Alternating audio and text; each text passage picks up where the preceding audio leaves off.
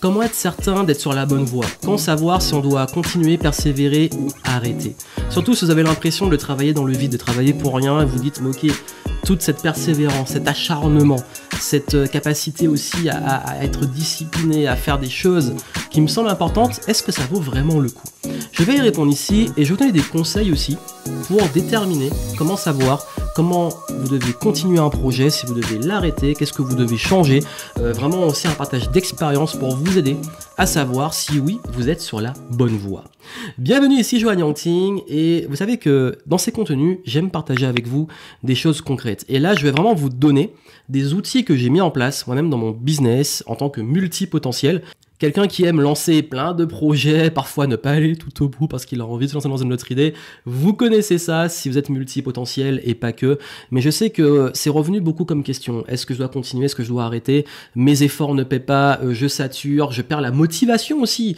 J'ai fait plein d'efforts, j'ai mis toute mon âme dedans, j'ai testé plein de choses, ça marche toujours pas. Oh là là, est-ce que je dois arrêter? Ben vraiment, voici vraiment les outils concrets face à ça. Et je vais vous rassurer, c'est normal de se poser ces questions, c'est normal d'avoir cette sensation, parce que oui, je le vis moi aussi parfois. Parfois, je me lance dans des projets, je me dis, mais pourquoi je fais ça en fait? J'investis énormément de temps, d'argent, d'énergie, et je suis pas sûr que ça va m'amener quelque part, parce que au fond de moi, j'ai envie de le faire, mais je ne sais pas trop. C'est ok. Parce que vraiment, il y a des fois, je suis transparent avec vous, parfois, j'ai même pas le pourquoi. Au fond de moi, j'ai envie de faire un truc, je le fais. J'investis des sommes monstrueuses, et j'investis un temps monstrueux, l'énergie monstrueuse. Je mets des gens autour de ce projet. Je suis le leader, des gens me suivent, et je sais pas où on va. Parfois, je sais pas trop ce que je fais des trucs, je sais pas trop. Ça arrive, et c'est ok, vraiment, je suis transparent sur ça. Pas tout le temps, mais il y a des situations où c'est le cas. Mais voici justement ce qui aide face à ça, parce que je sais que ça peut être aussi frustrant. C'est frustrant quand on a cette capacité aussi à persévérer, à mettre beaucoup de ressources dedans et de voir que les efforts ne paient pas et à se demander, bon, j'arrête ou je continue? Si je continue, c'est quoi mon problème? Qu'est-ce qui bloque? Qu'est-ce que je dois faire concrètement? C'est quoi l'après? Parlons-en. En réalité, il faut comprendre une chose, c'est que est-ce que quelque chose qu'on fait est vraiment pertinent ou pas? Il n'y a qu'avec le recul qu'on le sait. Parce que quand on est dans l'action, on est dans un process, on est dans des actions qui auront des conséquences. Est-ce qu'on peut réellement comprendre, connaître l'impact et la totalité de ces conséquences? Vous connaissez sûrement l'effet papillon. Cet effet qui consiste à un petit battement d'aile qui, dans, je sais pas, un pays qui va provoquer un ouragan à l'autre bout du monde. C'est un peu l'idée, mais c'est ça, c'est que l'effet papillon, c'est que parfois une petite action, des paroles, vont avoir un impact énorme dans votre vie et même sur le reste de votre vie. Je prends mon cas, il y a des situations où le fait d'avoir juste dit un jour, je vais créer un petit blog d'étudiants, j'aurais jamais imaginé que ça m'aurait amené là aujourd'hui. Le fait d'avoir fait une vidéo pendant un voyage à New York spontané sur la loi d'attraction, comme ça m'aurait amené à une certaine notoriété. Le fait aussi d'avoir un jour décidé de avoir eu l'audace de contacter quelqu'un qui a accepté de m'accompagner sur un lancement d'un business qui m'a permis de décoller, de démarrer. Des petites actions sur le coup, je me suis dit, mais ça, est-ce que ça vaut le coup de faire ça, cette vidéo, de faire cet article, de contacter cette personne, d'oser parler à cette personne? Est-ce que je perds mon temps en fait? Ben non, parce qu'on ne sait pas. Et il y a des fois, on fait des choses qui n'ont aucun impact, mais on n'est pas sûr. En fait, il n'y a qu'avec le recul, dans la vie, qu'on se rend compte de l'impact. Mais c'est pour ça qu'il faut aussi, et c'est très sincère, lâcher prise sur le résultat. C'est un conseil que je donne souvent. Focaliser sur le process et lâcher prise sur le résultat. Aussi bien, de façon plus globale, lâcher prise sur l'impact de tout ce qu'on fait. Parce que si à chaque fois je voulais contrôler dans tout ce que je fais, je veux absolument qu'il y ait ce résultat-là, je me rendrais malheureux. Parce que si je voulais absolument avoir autant de vues que je veux, je ferais plus de contenu. Si je voulais absolument gagner tant d'argent que je veux quand je lance un nouveau produit ou quand je relance un produit, ben, il y a des fois ça cartonne, des fois ça échoue. Parfois il y a des échecs, parfois il y a des réussites. Mais je me détache de ça parce que je me dis, quoi qu'il arrive, ça crée toujours des opportunités. J'y crois. Ça veut dire que dans la vie, il y a des choses qu'on fait qui ont plus d'impact qu'on le pense vraiment. L'impact sur la vie des autres. Il y a des conseils, parfois je dis des trucs, Et les gens, 2-3 semaines après, me disent ce que tu as dit là, pendant, par exemple des clients pendant les Zooms, ce que tu as dit la semaine dernière durant la session Zoom, là, ça m'a vraiment débloqué. Ou des gens qui me disent dans ta conférence il y a 3 ans, tu m'as dit ça, maintenant je me suis lancé et tout. Mais je trouve ça énorme parce que je me dis, mais moi je dis plein de trucs, je raconte plein de trucs dans ces contenus, parfois aussi plein de conneries, et je me rends pas compte en fait. Mais quand j'ai ces retours-là, je me dis, mais en fait je me suis même pas rendu compte que une parole, un mot, une phrase, un contenu, ça a changé la vie de quelqu'un. Et pour moi, c'est énorme. Et vous aussi, vous avez ce pouvoir. Parce que même si vous vous rendez pas compte de l'impact, il est réel. Et je crois que par rapport à ça, il est important de le différencier acharnement et persévérance, obstination et persévérance. Pour moi, l'obstination, c'est tout le temps faire la même chose, en étant borné, têtu, obsédé, mais sans jamais se remettre en question. Là, pour moi, c'est pas la bonne façon de persévérer. Parce que justement, oui, si je faisais tout le temps les mêmes trucs, il y a des trucs que je fais pareil, mais parce que ça marche, mais il y a des trucs que quand ça marche pas, si je fais tout le temps la même chose, il y a un moment, il faut changer. C'est la folie selon Einstein. Vous ne pouvez pas espérer un résultat différent en faisant les mêmes choses. Donc oui, si vous voulez d'autres résultats, il faut changer. Il faut faire différemment, il faut faire mieux, il faut faire peut-être plus, il faut peut-être plus répéter, il faut peut-être carrément arrêter de faire et faire autre chose. Justement, comment on gère ça? Comment on arrive à vous donner mes outils pour prendre cette décision de continuer, d'arrêter, de changer, qu'est-ce qu'on doit changer, etc. Déjà, petit rappel, j'ai fait un pack spécial. J'ai mis à jour un pack spécialement pour les multipotentiels, pour ceux qui me suivent et qui ont toujours un petit peu du mal à prendre des décisions, à faire le tri dans leurs idées, à gérer plusieurs projets, à ne pas aller au bout des choses et tout. J'ai fait un pack que j'ai rajouté une masterclass, et dans cette masterclass, vous avez tous mes outils frameworks. Je vais vous en présenter certains ici, mais si vous les voulez vraiment avec les modèles et l'explication et aller vraiment beaucoup plus loin, vous aurez tout ça. Donc pour fêter justement plus maintenant d'1 an où j'ai lancé mon programme pour les multipotentiels, j'ai décidé de proposer ce bonus à tous les nouveaux pendant une durée limitée, et ceux qui ont déjà pris le programme, vous aurez accès aussi au bonus, pour ceux qui m'ont déjà fait confiance. Et là, vous avez une durée limitée pour accéder au bonus. Donc, allez voir ça. Et vraiment, vous allez voir que ça va vraiment vous aider si vous voulez aller plus loin sur l'aspect multipotentialité et avoir ces outils-là, dont certains dont je vais vous parler maintenant. Déjà, je crois qu'il faut vraiment différencier. Est-ce que aujourd'hui, vous détestez, parce que souvent on se dit j'en ai marre là, je fais plein de trucs, je travaille dans le vide, je pédale dans la semoule. En fait, la première question à vous poser, c'est est-ce que vous détestez cette phase ou c'est tout? Je prends l'exemple dans l'entrepreneuriat. Il y a ce qu'on appelle la traversée du désert. C'est souvent pas la phase de lancement, c'est un petit peu après le lancement. Parce que le lancement, c'est l'excitation et tout. Il y a une phase où on arrive, où on a fait beaucoup de choses, il n'y a pas de résultat. Ça peut être essayer d'avoir le premier client, ou ça peut être essayer de vraiment passer un cap financier. Il y a une espèce de plateau. Et ce plateau, c'est le désert. Et ce désert-là, vous faites plein de choses, vous mettez tous vos efforts et ça plafonne, rien à faire, ça marche pas. Soyez lucide, c'est est-ce que vraiment ce projet-là, il vous tient à cœur dans l'ensemble, ou est-ce que vous aimez le business, est-ce que vous aimez votre métier, ce que vous faites, etc. Ou est-ce que c'est juste cette phase de traversée du désert? De même que je pense qu'il y a aussi une phase, même quand on veut dans le business scaler, qu'on commence à beaucoup trop travailler, on n'a plus de temps pour soi et tout, dans cette phase-là, est-ce qu'on déteste vraiment son business? Parce que beaucoup de gens, quand ils font plein de choses et qui sont éparpillés partout, ils disent j'en ai marre, j'arrête, je vais finir en burn-out, je déteste mes clients, je déteste mon business, j'en ai marre, l'administratif, les impôts, le gouvernement, le business, mes clients, tout me fait chier, j'en ai marre. On se calme. Bon, c'est peut-être juste une phase. Parfois, on a tendance à vouloir tout remettre en cause face à un échec ou face à une phase. Cette phase-là, peut-être que c'est juste, ok, il y a un moment, le business il est comme il est, et que jusque-là ça vous correspondait, vous êtes arrivé là, maintenant vous avez peut-être plus beaucoup de temps parce que vous faites trop de choses, est-ce qu'il n'est pas temps de repenser le business? Est-ce qu'il n'est pas temps de peut-être structurer, simplifier, automatiser, scaler, recruter, déléguer, bref, de changer d'approche, encore une fois, le changement. Donc là, en fait, cette phase-là, c'est pas que vous n'aimez pas votre business, c'est que vous faites trop de trucs que vous n'aimez pas, en fait, dans votre business. Donc c'est une phase. Donc là, encore une fois, Pareil, si vous aimez le sport, vous savez bien entendu qu'il y a des phases dans le sport, des phases où l'entraînement est plus dur, on est plus fatigué. Il y a les saisons aussi, il y a peut-être des saisons que vous n'aimez pas. Est-ce que ça veut dire que vous détestez juste le climat tempéré, par exemple? Parce que moi, je viens d'un climat tropical. Et j'ai appris qu'il y avait d'autres pays où je viens de Martinique, et j'ai appris qu'il y avait des endroits où il y avait des saisons. J'ai appris ça quand j'étais petit. Parce que là-bas, il fait tout le temps chaud, en fait. On a même mis 2 saisons et maintenant, ça a presque plus de sens. Mais et entre les 2 saisons, il n'y a pas beaucoup de degrés de différence. Et là, en fait, je me suis rendu compte que, ouais, il y avait l'hiver, qu'il y avait ensuite le printemps, ensuite il y avait l'été, après il y avait l'automne, que ça variait et tout. Bon, maintenant, c'est un peu le bordel niveau climatique, mais je me suis dit, bah ouais, en fait, il y a des phases.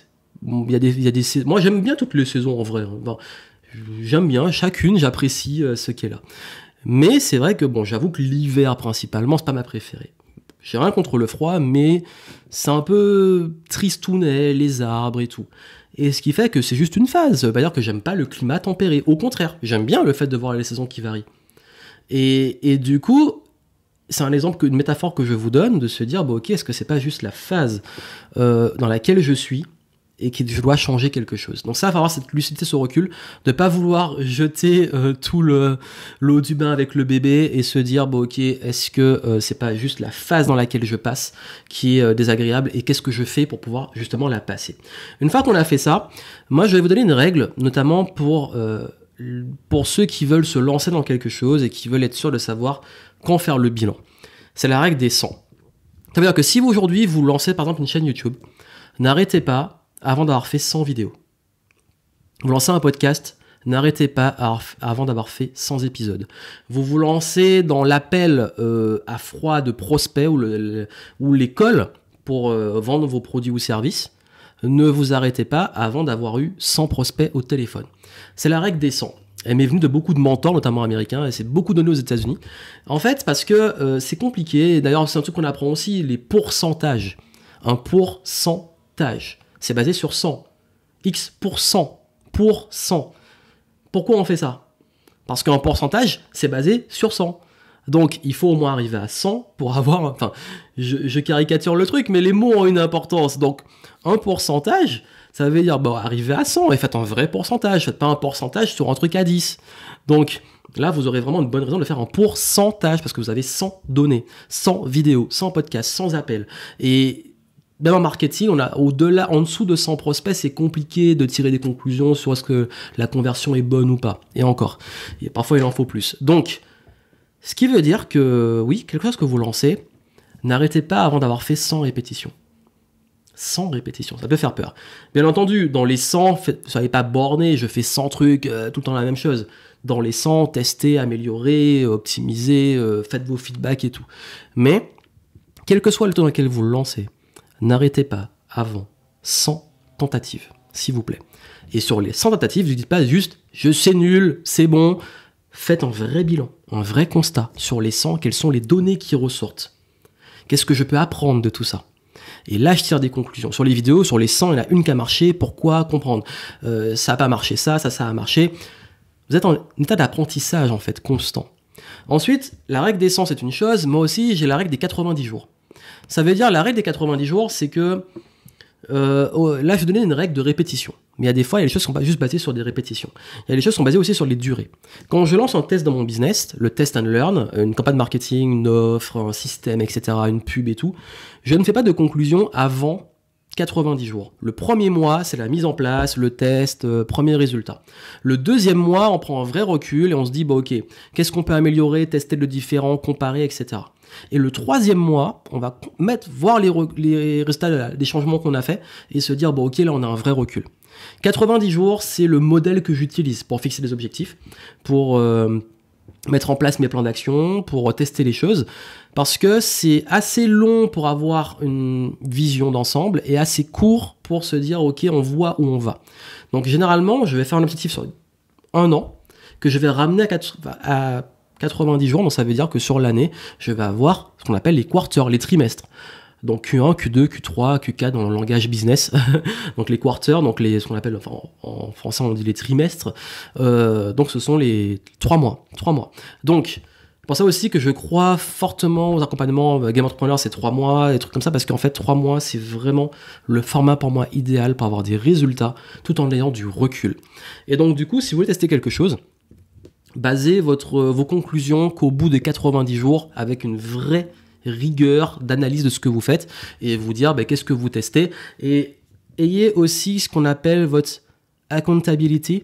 Je ne sais pas comment on pourrait le traduire vraiment en français, parce que accountability, c'est pas la comptabilité, c'est pas, en fait, c'est ayez votre système de tracking. Je vous donne tout ça dans le programme et les bonus que je vous ai mis, mais moi ce que je fais, c'est que je vais toujours, dans tout ce que je fais, mesurer, non pas tout, je parle vraiment des choses basées sur la performance.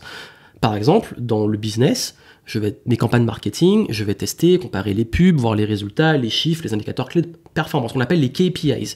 Je vais également, toujours, même quand je teste une routine, voir sur quel indicateur je peux me baser. Par exemple, sur le sommeil, je vais tester de dormir à telle heure, tel temps pendant 90 jours, par exemple, pour créer une habitude, et je vais voir justement comment je me sens, avoir un indicateur sur le ressenti, sur le niveau d'énergie.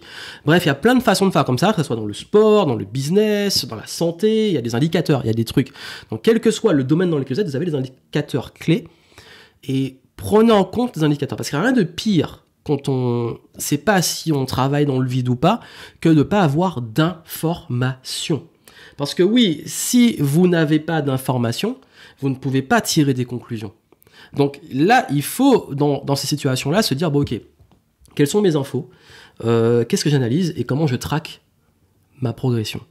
Parce que souvent, on ne voit pas la vraie progression. Et on ne voit pas aussi les progressions transversales. Je vais y venir, ce sera le point suivant. Mais juste avant ça, oui, essayez de comprendre dans les games dans lesquels vous êtes, dans ce que vous faites. Je dis tout le temps ça à mes clients. Ok, bon, t'en as marre de tester plein de trucs en marketing qui ne marchent pas. Est-ce que tu as vraiment mis en place des chiffres? Parce que souvent, on a tendance à se disperser, faire plein de choses sans voir ce qui marche vraiment. Ce sur quoi on va mettre son focus.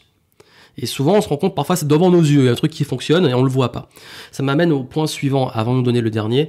Le point suivant, c'est d'avoir des reculs expérimentés. Parce que quand on a trop la tête dans le guidon, qu'on n'a pas le recul, il est important d'avoir quelqu'un qui va donner ce recul. Ça peut être un mentor, un coach, un consultant. J'ai expliqué la différence entre ces différents métiers, je ne vais pas y revenir à chaque fois, mais quelqu'un qui a le recul que vous n'avez pas et qui va vous aider. Le mentor va peut-être vous donner une vision panoramique de son expérience et tout, par rapport à ce qu'il a vécu ou ce qu'il voit de ce que vous faites pour vous aider. Le coach va vous dire, ok, l'objectif, lui, il va vous mettre vos indicateurs, votre tracking. Un bon coach sportif vous met les bons indicateurs, un bon coach business vous met les indicateurs, un bon coach santé vous met les indicateurs, bref, il va vous suivre sur ça et vous accompagner. J'ai déjà dit le mentor, on a aussi la personne qui va être le consultant, il va vous conseiller, il va vous dire, ok, il va faire un audit par rapport à la situation, il y a ça, tel chiffre, voici ce qu'on va mettre en place, c'est du conseil. On peut mixer un peu tout ça. Bref, quelqu'un qui aura le recul pour vous aider. Si vous voulez ce recul sur le business et tout, vous pouvez réserver un appel, vous avez les liens en descriptif. Si vous voulez discuter avec moi, mon équipe, pour qu'on vous aide notamment sur le business et tout. Mais en tout cas, il faut quelqu'un qui a un recul. Même moi, il y a un moment, il y a des fois où j'ai la tête dans le guidon, je sais que je vais demander du recul aux autres dans des masterminds, faire appel à un mentor ou un coach. Je prends toujours des gens très spécialisés sur des choses très pointues parce que généralement, je sais ce que je veux et j'ai assez de recul pour aussi savoir ce que je veux. Donc, je sais où aller généralement.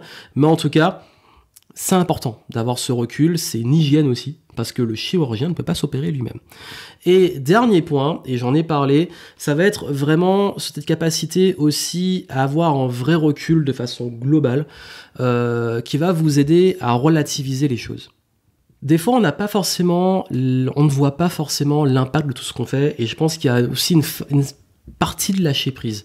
Parce que quand on fait beaucoup de choses, qu'on met beaucoup aussi de rigueur, de discipline, de tracking dans tout ce qu'on fait, on oublie aussi un point ultra important qui est simplement aussi qu'il faut aussi laisser faire la vie, laisser faire les choses, laisser faire la nature, comme j'ai envie de dire, et avoir ce lâcher prise. Le lâcher prise est important aussi, parce que parfois les choses, comme je l'ai dit, les opportunités, elles se créent toutes seules.